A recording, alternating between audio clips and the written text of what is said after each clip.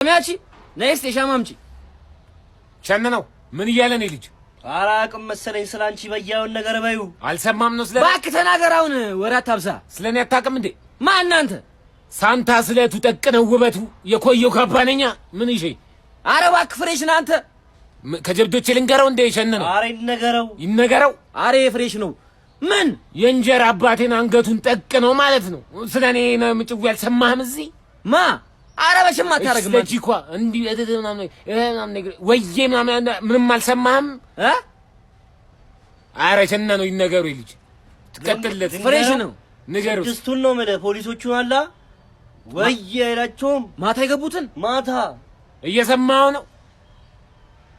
ቀጣይ አንድ ጨምርለት ያ የጠቁሩ ልጅ አላ ገበዳውን ተሸክሞት አሮጠም እየሰማው ነው። ትችላለህ አንተ ሸነነው የልጅ ይወሰንበት እንዴ ይወጋ እንዴ ይወጋ ነው ማለት ይገደል ነው።